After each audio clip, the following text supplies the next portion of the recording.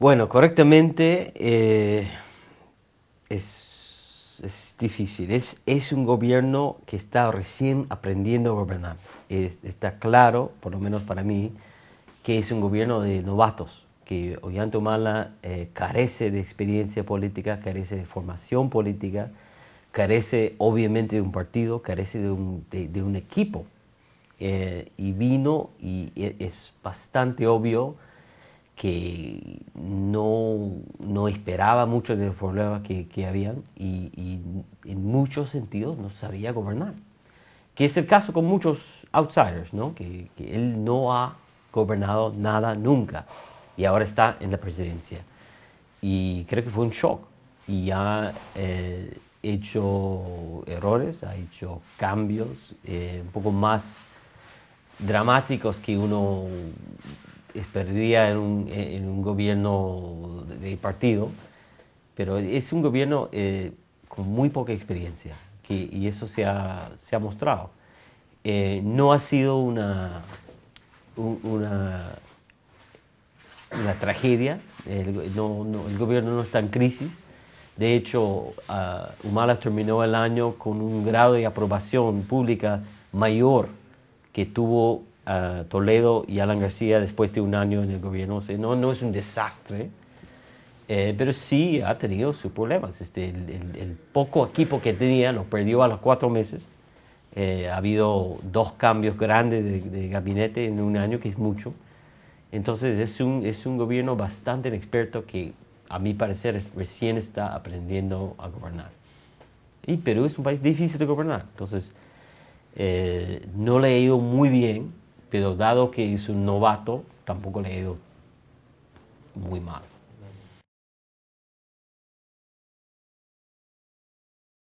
Bueno, hay 2 tipos de giro.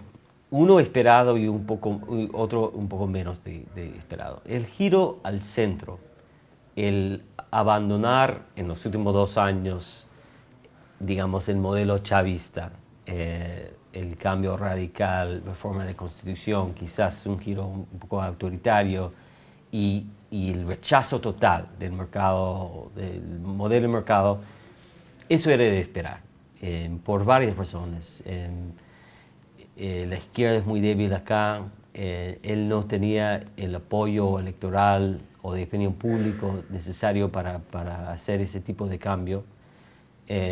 Para ganar en la segunda vuelta tuvo que hacer alianzas con figuras liberales de centro y hasta de centro de derecha como Vargas Llosa, y ganó con votos de clase media, votos de centro en la segunda vuelta.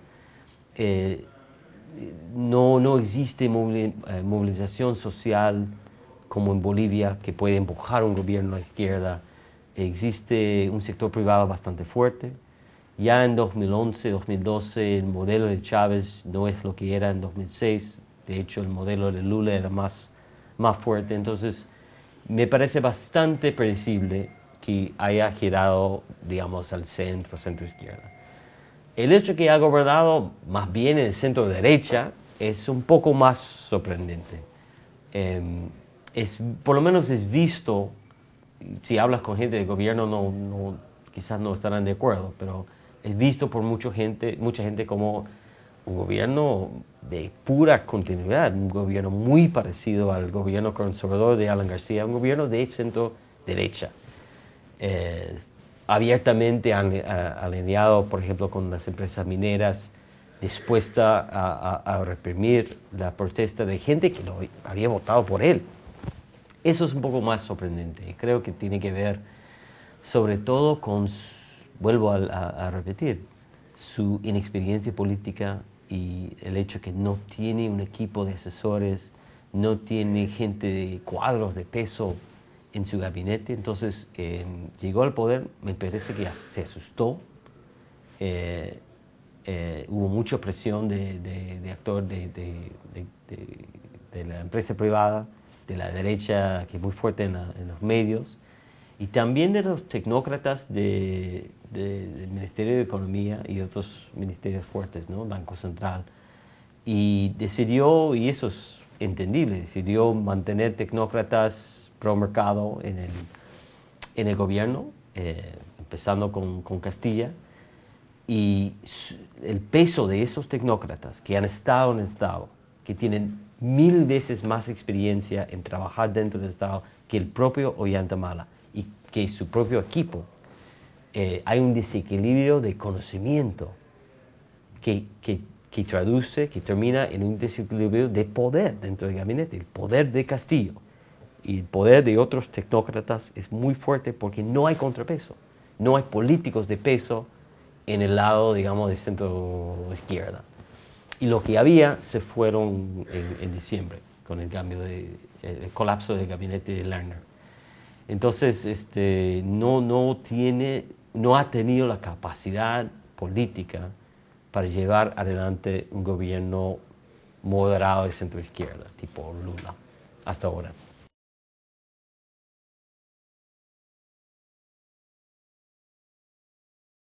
Esa es la pregunta.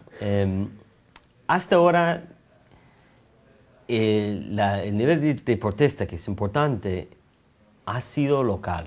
O sea, a diferencia que Bolivia o Ecuador en la última década, la protesta no llega a Lima. Es local, está en la periferia del país, en las zonas mineras sobre todo, y cada protesta es focalizado, localizado, y no hay mucha relación entre una protesta y otra. Entonces no ha habido hasta ahora una nacionalización de la protesta. Y si es así, hay problemas, y a veces puede poner en jaque algunos proyectos mineros, y puede haber conflictos fuertes que duran algunas semanas, que son crisis, pero no llega a ser una crisis tremenda porque es solamente en Puno, o en Cusco, o en Cajamarca. Podría cambiar. Podría cambiar si el gobierno, si el Estado peruano no tiene una política de lidiar con esos problemas y deja si no regula, si no tiene una política de atender ni mínimamente las demandas de la gente, porque sabemos que hay dos factores que casi siempre terminan en cierto nivel de protesta. Democracia, si das libertad, si hay democracia, la gente va a organizar y exigir cosas. Y minería. La minería, bajo democracia, genera cierto nivel de conflicto social, inevitable. En un país con un Estado muy débil, en un país con mucha desigualdad social, la protesta es inevitable. El tema es si esa protesta local se nacionaliza, se convierte en algo como Bolivia con la guerra de gas o la guerra de agua. Hasta hace poco no me parecía muy probable. Me parecía que con un poco de mediación, con un poco de política, se podría mantenerlo a nivel local, pero la torpeza del gobierno en Cajamarca dejó que prometió una nacionalización del conflicto de Conga. Y en un gobierno débil, en un gobierno que es políticamente aislado, y todavía no es políticamente aislado, pero hay ciertas muestras que este gobierno, que no ha trabajado mucho en tejer alianzas, podría terminar aislado. Es una mala combinación. Si hay más nacionalización de protestas, vamos 9 meses y no hay solución política a la crisis de Conga. Si sigue aumentando la protesta y si este gobierno no logra construir coaliciones políticas más amplias, sí, podrías ver algo más parecido a Ecuador, ¿no? Con presidentes personalistas que debido a su aislamiento político y un nivel de protesta alta en la calle, termina no llegando al final de su mandato. No digo que va a pasar eso, pero hay ciertos peligros en el horizonte.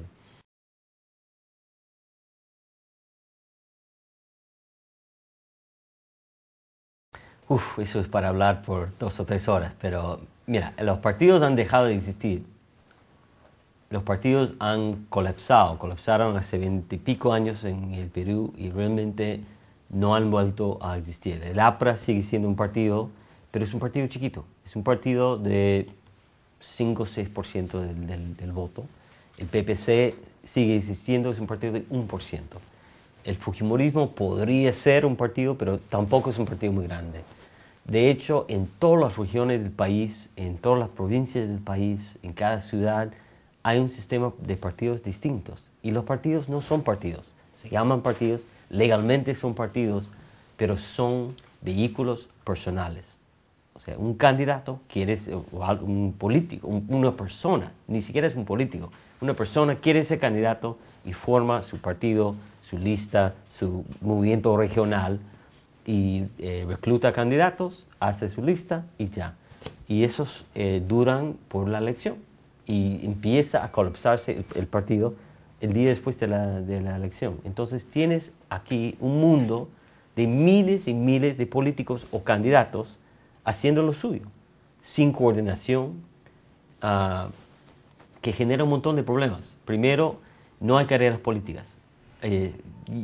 Tienes una generación, gente en sus 50, que se formó en los 70 y 80, que son políticos de verdad. Algunos apristas, gente de la edad de Lourdes Flores y Alan García. Después de eso, no hay carreras políticas. Tienes empresarios, deportistas, gente de todos lados que saltan, que hacen su carrera, que o ganan plata o ganan fama, imagen, público, en otra carrera y saltan a la política. Y saltan a la política y si ganan, saben que probablemente no van a durar mucho tiempo. Entonces no tienen experiencia, no tienen formación política y no tienen futuro político. No están pensando en 20 años. Están pensando en qué pueden hacer muchas veces para ganar plata en este periodo de 5 años. Hay un cortoplacismo tremendo. Los partidos políticos, que pueden tener un montón de problemas, tienen dos cosas que son importantes. Piensan más allá del local porque tienen candidatos en todo el país. Entonces no pueden solamente pensar en ese distrito, y también tienen horizontes al futuro, porque quizás este candidato de este año no va a estar, pero hay una generación de activistas y cuadros que quieren ser candidatos en el futuro. Entonces eso extiende sus horizontes de tiempo. Aquí eso ha dejado de existir. Tienes miles de políticos pensando en ese distrito, en su bienestar hoy. Y no importa que mañana, porque nadie sabe qué va a pasar mañana. Genera mucha inestabilidad, genera incapacidad política, porque aquí casi ha dejado de existir la política. Tienes un Congreso, 82% de los congresistas actualmente son novatos, no tienen experiencia política, no saben legislar y no les importa, porque saben que en 5 años se van. Entonces tienes un Congreso lleno de novatos que realmente no les interesa mucho estar ahí, que no les interesa aprender cómo ser congresista, no les interesa fortalecer el Congreso, y como consecuencia tienes un desastre en el Congreso. Los peruanos, el Perú es casi un laboratorio de cómo hacer funcionar la democracia sin partidos. Entre los politólogos es casi una ley que no puede haber democracia sin partidos. Es difícil encontrar un politólogo que no cree eso. Todos creímos que es imposible hacer funcionar la democracia sin partidos. Perú es un caso de un país que está intentando hacer funcionar la democracia sin partidos. Una consecuencia es un Congreso súper débil, realmente débil, súper fácil de comprar si eres presidente, y otro es un nivel de cortoplacismo y falta de coordinación entre políticos tremendo. Y es algo que recién estamos empezando a estudiar. Es un caso casi inédito. Hay muchos países con partidos débiles, pero Perú va más allá. Es casi un país sin partidos.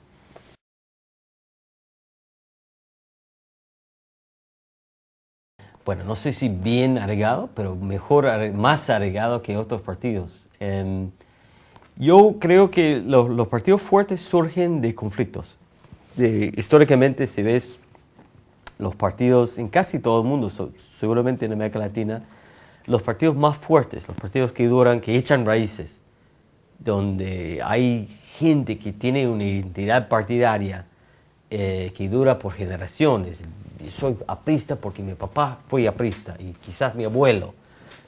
Estos partidos surgen del conflicto, no surgen del diseño institucional, no surgen de la reforma electoral, surgen de periodos de movilización, de conflicto, muchas veces de violencia.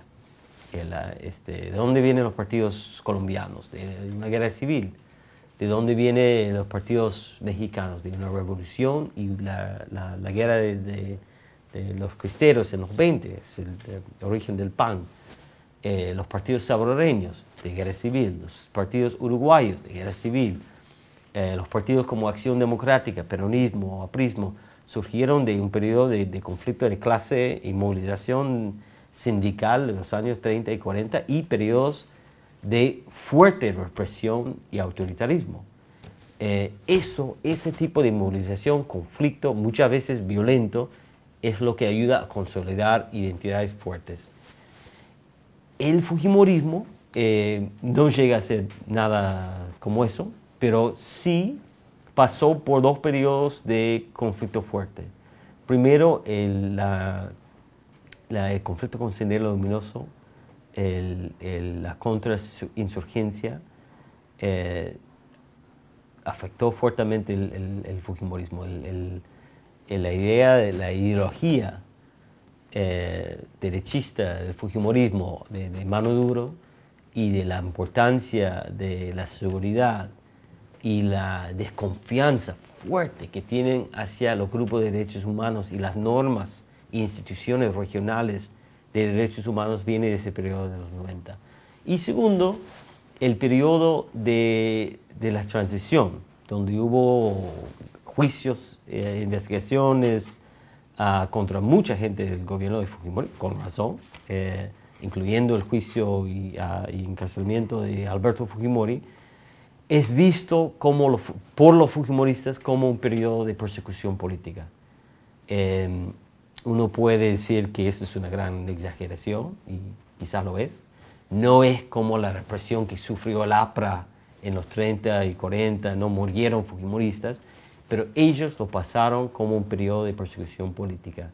Y eso ayudó, por lo menos comparándolo con otros partidos peruanos, ayudó a fomentar cierta mística, cierta identidad fujimorista. Ellos creen que somos nosotros contra el mundo, nos atacaron, y eso ayudó a fortalecer y reforzar la mística fujimorista. Hay cierta ideología, cierta identidad, cierta mística fujimorista que no veo en ningún otro partido, incluyendo el APRA. Y eso para mí es la masa, es la materia prima de un partido político. Si no tienes ese cemento, una mística, una identidad, es muy difícil consolidar un partido. Eso no quiere decir que el fujimorismo va a consolidarse como un partido fuerte, pero tiene las materias primas que lo hace posible. Y tampoco es un partido muy grande, es un partido de, no sé, 10, 15% de la población, pero sí es un partido, tiene la posibilidad de ser un partido que dura.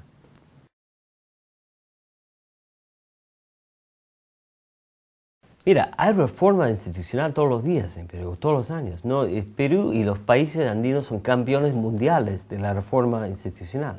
Siempre los hay, pero no funcionan. Hay dos temas, y la verdad es que no soy muy experto en ninguno de los dos, pero hay que distinguir entre diseño institucional y fortaleza institucional. Diseño institucional o rediseño institucional hay un montón. Hay un montón de planes que salen todos los años. Bueno, eso no funciona, vamos a cambiar. Tenemos un plan del Banco Mundial o de Harvard o no sé qué, para rediseñar las instituciones, cambiar la ley de partidos o la ley electoral. Pero el cambio institucional es tan constante que las reglas nunca echan raíces. Y bueno, yo vengo de una escuela que piensa que la fortaleza de las reglas importa en muchos casos más que el diseño.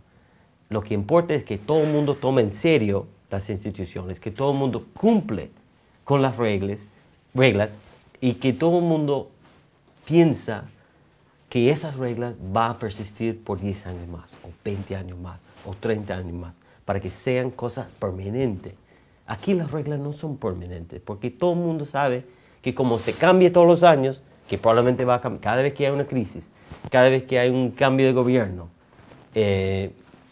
o un cambio en el equilibrio de poder, hay otra reforma. Y exagero un poco, pero tienes básicamente 2 siglos de reforma institucional, sin que echen raíces. Otro tema que es más profundo es cómo llegas a un Estado fuerte, o un Estado weberiano, un Estado que realmente funciona como un Estado, digamos, europeo. Lamentablemente, se habla de hacer reformas de la administración pública para que haya menos corrupción, menos patronazgo, para que los burócratas tengan fuerza, sean mejor pagados, mejor capacitados. Pero la verdad es que nadie sabe cómo hacer un Estado fuerte. Chile tiene un Estado fuerte, lo ha tenido por 150 años. Perú nunca lo tuvo. Y sabemos algo de la historia europea, sabemos que en términos históricos los estados más fuertes surgen de años y años de guerra y de competencia militar. Eso no ha habido en América Latina, y nadie lamentablemente sabe, por lo menos en el corto plazo, cómo crear un estado que realmente funcione.